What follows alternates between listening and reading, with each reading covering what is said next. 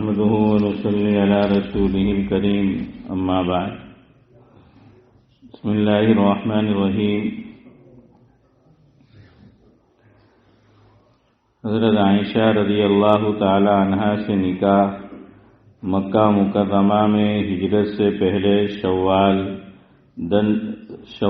10 نبوی میں ہوا، جس وقت کے ان کی عمر 6 سال کی تھی۔ حضور اکرم صلی اللہ علیہ وسلم کی بیویوں میں صرف یہی ایک ایسی ہیں جن سے کنوارے پن میں نکاح ہوا، اور باقی سب سے نکاح بیوگی کی حالت میں ہوا۔ نبوت سے 4 سال بعد یہ پیدا ہوئی، اور ہجرت کے بعد جبکہ ان کی عمر کو 9 برس تھا رخصتی ہوئی، اور 18 سال کی عمر میں حضور اکرم صلی اللہ علیہ وسلم کا وصال ہوا، اور 66 سال کی عمر میں 17 رمضان المبارک کو منگل کی شب میں ان کا وصال ہوا۔ خود ہی وصیت فرمائی تھی کہ مجھے عام قبرستان میں جہاں اور بیویاں دفن کی گئی ہیں دفن کیا جائے۔ حضور اکرم صلی اللہ علیہ وسلم کے قریب حجرہ شریفہ میں نہ دفن کیا جائے، چنانچہ بقیع میں دفن کی گئی۔ عرب میں یہ مشہور تھا کہ شوال کے مہینے میں نکاح نامبارک ہوتا ہے۔ حضرت عائشہ رضی اللہ تعالی عنہ فرماتی ہیں کہ میرا نکاح بھی شوال میں ہوا، رخصتی بھی شوال میں ہوئی۔ آقا کی بیویوں میں کون سی مجھ سے زیادہ نصیب آور اور حضور اکرم صلی اللہ علیہ وسلم کی محبوبہ تھیں؟ حضرت خدیجہ رضی اللہ عنہا کے انتقال کے بعد حضرت خولہ رضی اللہ عنہا حکیم کی بیٹی آقا کی خدمت میں حاضر ہوئیں اور عرض کیا کہ یا رسول اللہ، آپ نکاح نہیں کرتے؟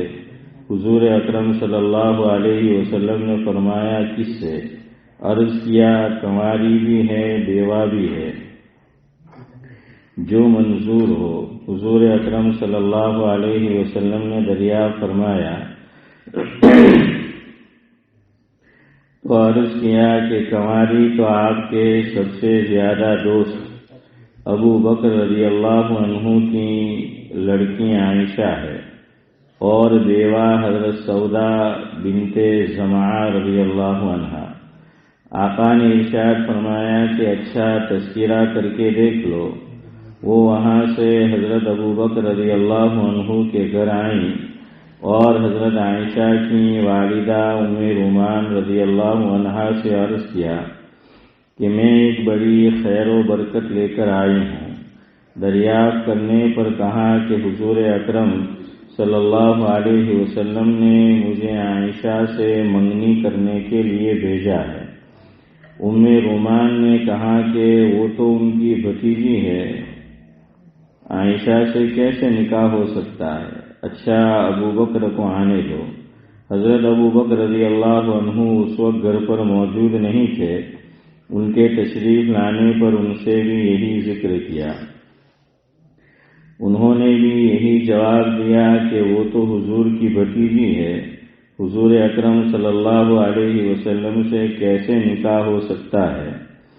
حضرت خولہ رضی اللہ عنہا نے جا کر حضور سے عرض کیا کہ حضور اکرم صلی اللہ علیہ وسلم نے ارشاد فرمایا کہ وہ میرے اسلامی بھائی ہیں، ان کی لڑکی سے میرا نکاح جائز ہے۔ حضرت خولہ رضی اللہ عنہا واپس ہوئیں اور حضرت ابو بکر رضی اللہ عنہ کو جواب سنایا۔ وہاں کیا دیر تھی؟ کہا بلا لاؤ۔ حضور اکرم صلی اللہ علیہ وسلم تشریف لے گئے اور نکاح ہو گیا۔ ہجرت کے بعد چند مہینے گزر جانے پر حضرت ابو بکر صدیق رضی اللہ عنہ نے دریافت کیا کہ آپ اپنی بیوی حضرت عائشہ رضی اللہ عنہا کو کیوں نہیں بلا لیتے؟ حضور اکرم صلی اللہ علیہ وسلم نے سامان مہیا نہ ہونے کا عذر فرمایا۔ حضرت ابو بکر صدیق رضی اللہ عنہ نے نذرانہ پیش کیا جس سے تیاری ہوئی، اور شوال سن ہجری 1 یا 2 میں چاشت کے وقت حضرت ابو بکر صدیق رضی اللہ عنہ ہی کے دولت کدے پر بنا یعنی رخصتی ہوئی۔ یہ 3 نکاح آقا کے ہجرت سے پہلے ہوئے۔ اس کے بعد جتنے نکاح ہوئے وہ ہجرت کے بعد ہوئے۔ حضرت عائشہ رضی اللہ عنہا کے بعد حضرت عمر رضی اللہ عنہ کی صاحبزادی حضرت حفصہ رضی اللہ عنہا سے نکاح ہوا۔ حضرت حفصہ رضی اللہ عنہا نبوت سے 5 برس قبل مکہ مکرمہ میں پیدا ہوئی۔ پہلا نکاح مکہ ہی میں خنیس بن حذافہ سے ہوا۔ یہ بھی پرانے مسلمان ہیں جنہوں نے حبشہ کی ہجرت کی، پھر مدینہ طیبہ کی ہجرت کی۔ بدر میں بھی شریک ہوئے، اور اسی لڑائی میں یا احد کی لڑائی میں ان کے ایسا زخم آیا جس سے اچھے نہ ہوئے، اور سن ہجری 2 یا 3 میں انتقال فرمایا۔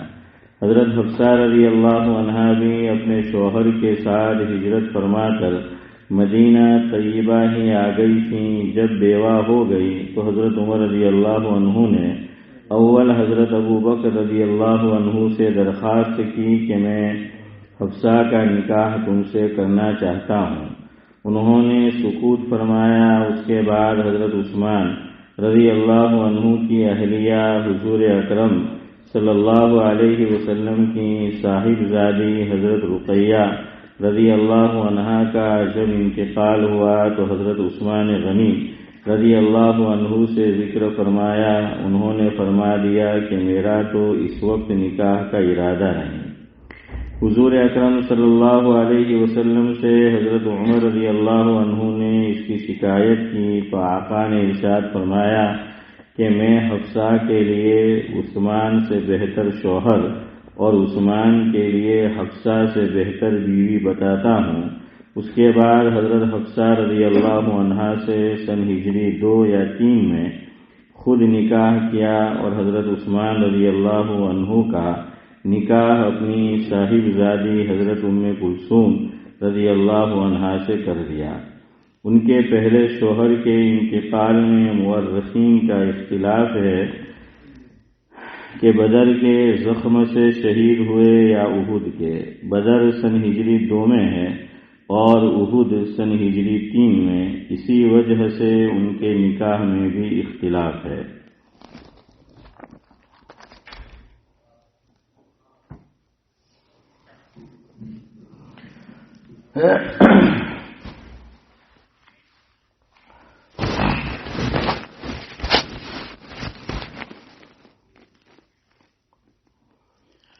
علامہ اقبال علیہ الرحمہ نے نماز کے تعلق سے لکھا ہے کہ آ گیا عین لڑائی میں گر وقت نماز، آ گیا عین لڑائی میں گر وقت نماز، قبلہ رو ہو کے زمیں بوس ہوئی قوم حجاز، ایک ہی صف میں کھڑے ہو گئے محمود و ایاز، ایک ہی صف میں کھڑے ہو گئے محمود و ایاز، نہ کوئی بندہ رہا نہ کوئی بندہ نواز۔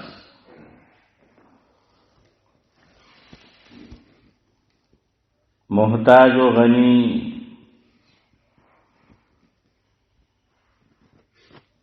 غریب و فقیر سب ایک ہوئے، تیری سرکار میں پہنچے تو سبھی ایک ہوئے۔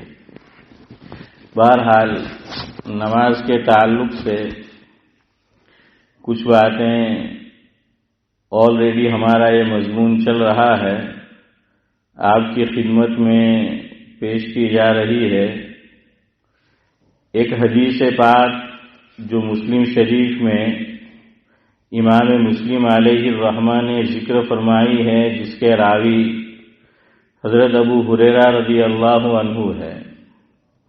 حدیث کے الفاظ یہ ہے کہ من ادرک رکعۃ من الصلاۃ فقد ادرک الصلاۃ او کما قال علیہ الصلاۃ والسلام۔ تو اس کا ایک مفہوم یہ بیان کیا گیا کہ جس نے بھی وقت کے اندر ایک رکعت نماز کو پا لیا، پڑھ لیا، تو اس نے نماز کو پا لیا۔ اس میں مسئلہ بیان کیا گیا، یعنی ایک مفہوم نماز کو اخیری وقت میں پڑھنے کا۔ ویسے تو میری اور آپ کی کوشش یہی ہونی چاہیے کہ نماز کو جو مسجد میں وقت ہے اس پہ پڑھ لے، اور اگر کہیں جلدی میں ہے، سفر میں ہے، تو پھر اول وقت کے اندر نماز کو پڑھ لیا جائے۔ عام طور پر ہماری جو مساجد ہے اس میں نماز اول وقت پہ جماعت کے ساتھ ادا نہیں کی جاتی۔ دیکھ لیجیے آپ، فجر کا اول وقت کتنے بجے شروع ہوتا ہے؟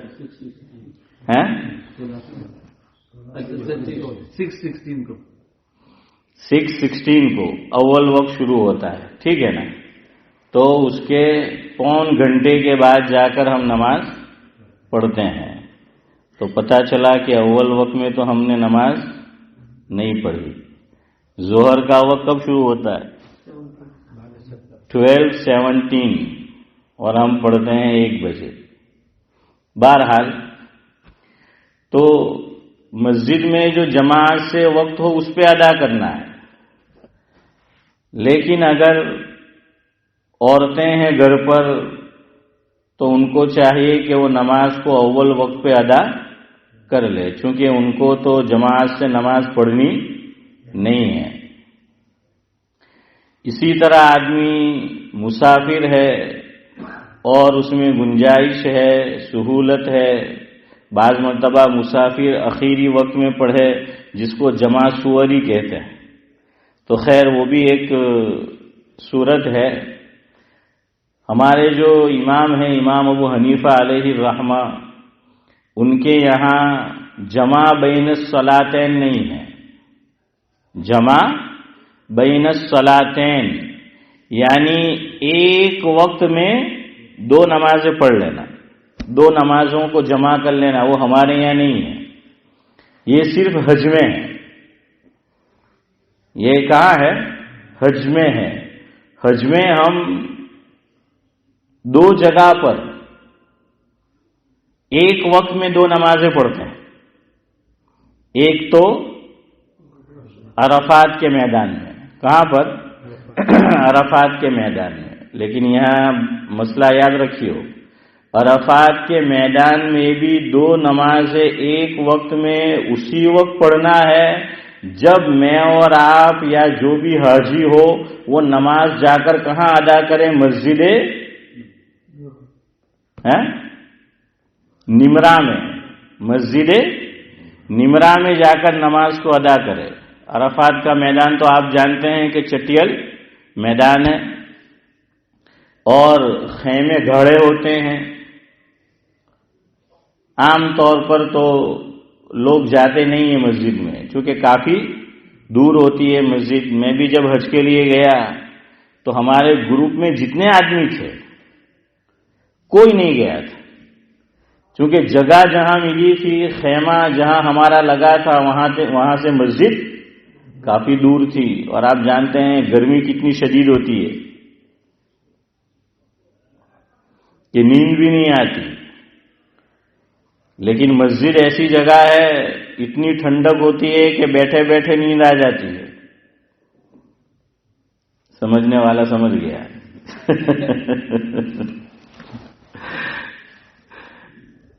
سعد اللہ صاحب جو ہیں، ہاں، وہ بحر نوم میں غرق ہو گئے۔ بہرحال تو مسجد میں جائے تو یاد رکھیے، ورنہ خیمے میں پڑھے تو ظہر کے وقت میں ظہر پڑھیں گے اور عصر کے وقت میں عصر میں پڑھیں گے، وہاں دونوں نماز کو جمع نہیں کیا جائے گا۔ جمع بین الصلاتین خیمے کے اندر نہیں ہے، لیکن اگر کوئی مسجد نمرہ میں پہنچ گیا تو وہاں پر حسن بھائی کیا ہے؟ 2 نماز ایک وقت پہ آدمی پڑھے گا۔ اچھا، پھر عرفات کے اندر یہ ہم سب جانتے ہیں الحمدللہ کہ مغرب کا وقت ہو جائے گا، سورج غروب بھی ہو جائے گا، لیکن حاجی مغرب کی نماز کو عرفات میں ادا نہیں کرے گا، بلکہ اب وہ عرفات سے چلے گا اور ذاکر بھائی کہاں پہنچے گا؟ مزدلفہ کے اندر پہنچے گا۔ مزدلفہ میں پہنچتے ہیں تو عشاء کا وقت ہو ہی چکا ہوتا ہے، عشاء کا وقت ہو چکا ہوتا ہے۔ تو اب مزدلفہ میں پہنچ کر ایک وقت میں 2 نمازیں ادا کرنی ہے۔ اور دیکھیے یہاں ہم نے نماز کو جان بوجھ کر نماز کو اس کے وقت پہ نہیں پڑھا ہے نا حسن بھائی؟ جان بوجھ کے نہیں پڑھا۔ ہم کو معلوم ہے ہمارے پاس وقت بھی ہے، فرصت بھی ہے، ہم پڑھ سکتے تھے، لیکن کوئی بھی چاہے کتنا بڑے سے بڑا بزرگ ہو تو نماز وہاں پر ادا نہیں کرتا ہے مغرب کی، بلکہ کہاں جاتے ہیں؟ مزدلفہ کے اندر جو ہے پہنچتے ہیں، اور مزدلفہ میں پہنچ کر عشاء کا وقت ہو چکا ہوتا ہے تو پہلی نماز سعد اللہ صاحب کون سی پڑھنی ہے؟ مغرب پڑھنی ہے، اور مغرب کے بعد پھر عشاء جو ہے وہ اس کو پڑھنا ہے۔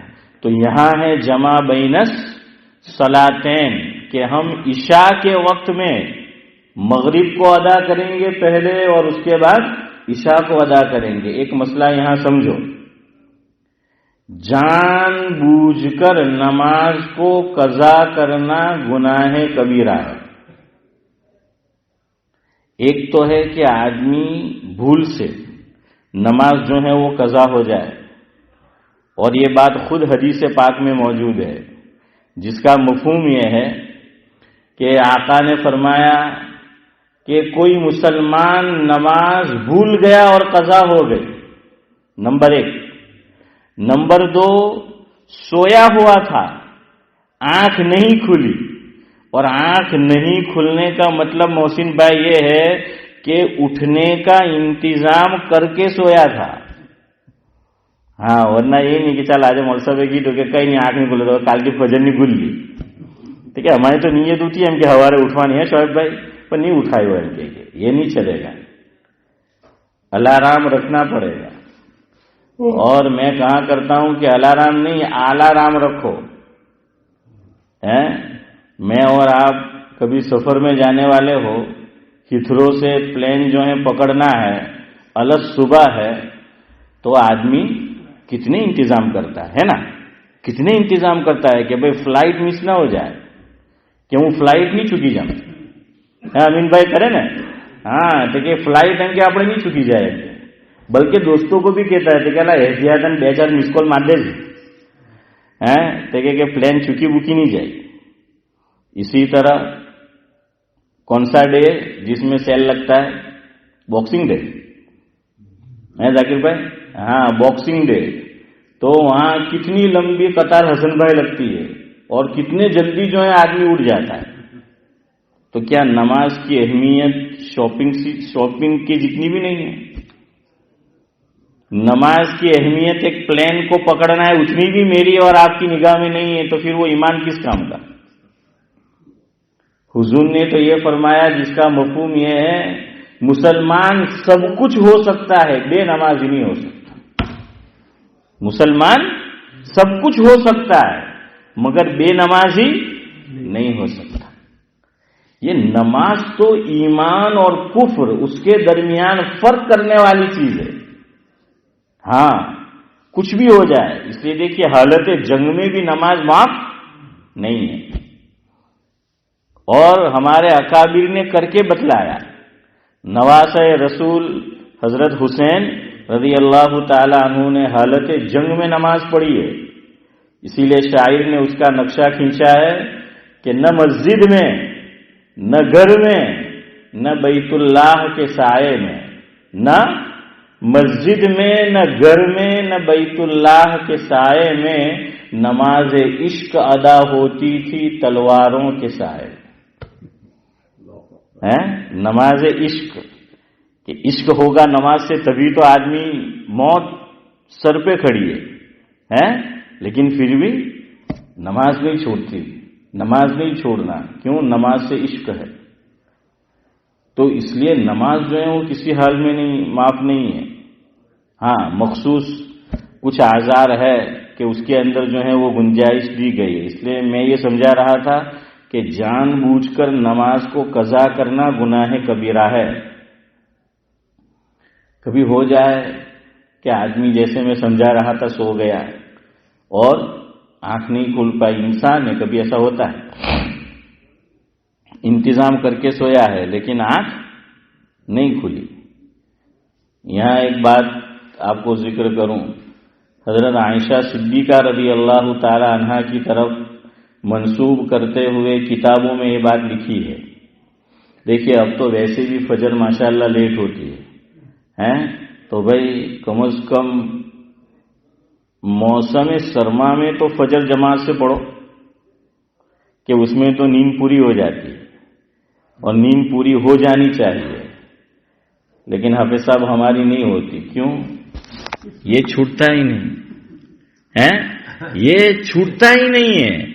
یہ تو ہم چھوڑتے بھی نہیں, نیند آتی ہے تو خود بخود چھوٹتا ہے حضرت محسن بھائی, خود بخود جو ہے وہ چھوٹتا ہے. یہ تو ورنہ تو وہ چھوڑتا بھی نہیں آدمی کے جب تک بالکل, یعنی وہ جو لوگ حسن بھائی کی کمپنی کے لوگ ہیں اگربتی پھونکنے والے, تو بعض کم بخت اتنے بخیل مکھی ہیں, کیا کہتے ہیں, کنجوس مکھی چوس, سگریٹ کو داغا جل جائے تب بھی پیتے رہتے ہیں. ہاں جہاں ہوتی اوٹنا اندر دادی نہیں جہاں ہوتی سارا چھوڑے نہیں. ہاں بالکل نہیں چھوڑے ને અમુક તો એટલા કંજૂસ કે અડધી કઈ કામથી ઓલવે પાછી ગજામાં મૂકી હે હસનભાઈ. હા અડધી પાછી ગજામાં મૂકે ને એમાં શરમ બરમ બધું બાલાએ તાક રાખી દઈ ને જ્યાં દિનનું કામ કરવાનું ત્યાં જ લોકોથી શરમ લાગે ને કે તું અડધું ઠૂંઠું બીડીનું ગજામાં લાગ્યું તો તને શરમ નહીં લાગે.